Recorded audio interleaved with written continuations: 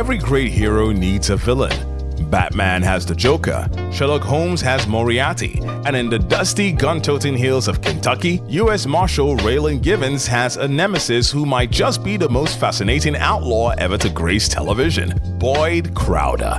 If you've watched Justified, you already know that Boyd isn't your typical villain. He's not a silent brute. He's not a cartoonish criminal mastermind sitting in a swivel chair petting a cat. No. Boyd Crowder is something much more dangerous. He's a philosopher with a criminal record.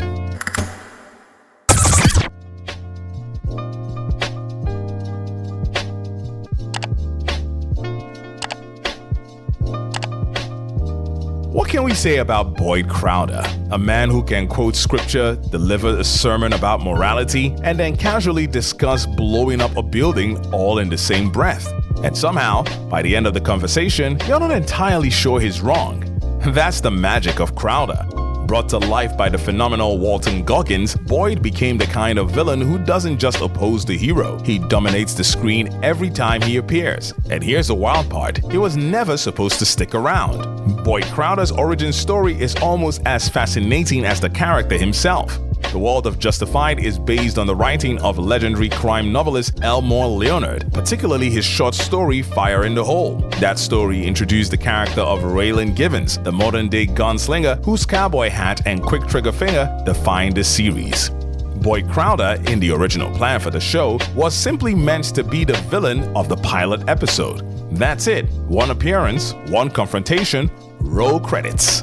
But then, something happened that television producers dream about. Audiences watched the pilot and immediately became fascinated by Boyd. Not because he was the most dangerous criminal on screen, but because he was different. Boyd wasn't just another TV thug. He was articulate, thoughtful, charismatic, weirdly philosophical, the kind of man who might rob a bank and then pause to explain the deeper moral implications of capitalism.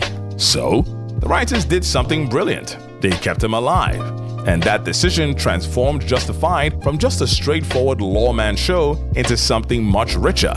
A story about two men from the same broken corner of America who choose completely different paths. Let's be clear about something. Boyd Crowder works because of Walton Goggins. Without Goggins, Boyd might just have been another colorful criminal of the week. But Goggins brings something electric to the role. A mix of charm, danger, and theatrical energy that makes Boyd impossible to ignore.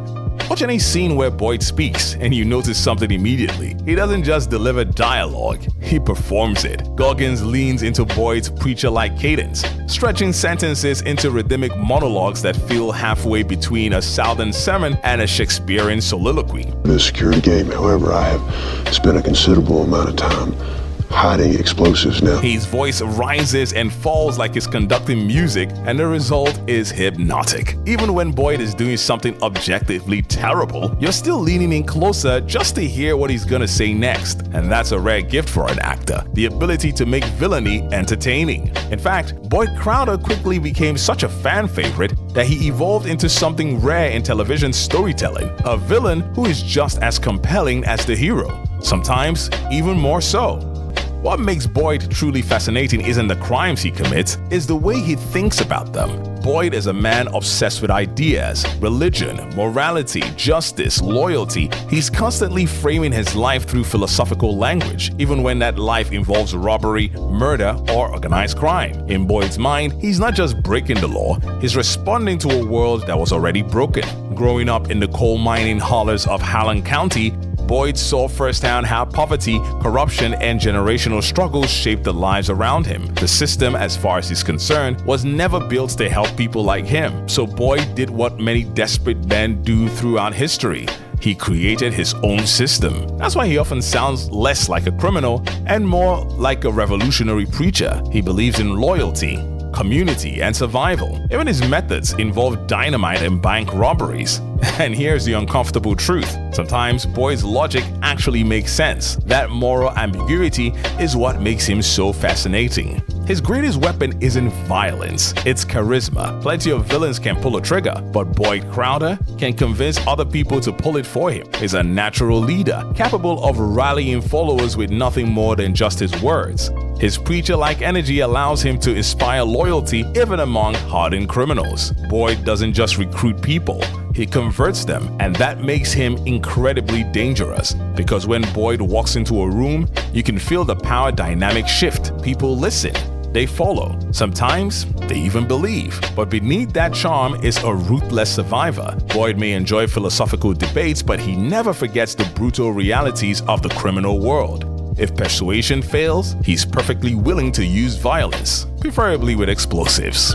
One of Boyd's most iconic traits is his language. Boyd Crowder doesn't speak in simple sentences. He speaks in monologues, where another character might say, "We're robbing a bank." Boyd might say something like, "Now, gentlemen, what we find ourselves contemplating this evening is not merely an act of unlawful acquisition, but rather a reclamation of opportunity in a world that has long denied us the fruits of our labor." And suddenly, the room goes quiet, because Boyd Crowder just likes to elevate things instead of just explaining them. His speech pattern gives him the presence of a preacher, a philosopher, and a criminal mastermind, all rolled into one. If you'll get your entourage here to tote these bags out to the car, we'll get you packed up and loaded on your way. It's theatrical, it's mesmerizing, and instantly recognizable. And frankly, half the fun of watching Boyd is simply waiting to hear the next elaborate sentence he's about to unleash. And the real genius of Justified is the relationship between Boyd Crowder and Raylan Givens. These two men grew up in the same harsh world, same county, same struggles, same understanding of how brutal life in Holland can be. But somewhere along the way, their paths diverged. Raylan became the lawman, Boyd became the outlaw, and yet they still understand each other better than anyone else ever could. That strange connection gives their rivalry an emotional debt that most TV antagonists never achieve. Because deep down, Raylan knows something uncomfortable. If life had gone just a little bit differently, he might have ended up just like Boyd. Television has given us some incredible villains over the years, but Boyd Crowder stands in the category of his own. He's intelligent, charismatic, philosophical, terrifying, and endlessly entertaining. More importantly, he's a villain you just don't fear. He's the kind you just have to listen to. And when a character can command your attention like that, when every scene they enter instantly becomes more interesting, you know you're watching something special. So, is Boyd Crowder the greatest TV villain? Well, as Boyd himself might say, now that, my friends, is a matter worthy of considerable contemplation. Thanks so much for staying to the end of this video. If you like what you just saw, please do like and share this video. Also, don't forget to subscribe. Till the next one, you take good care.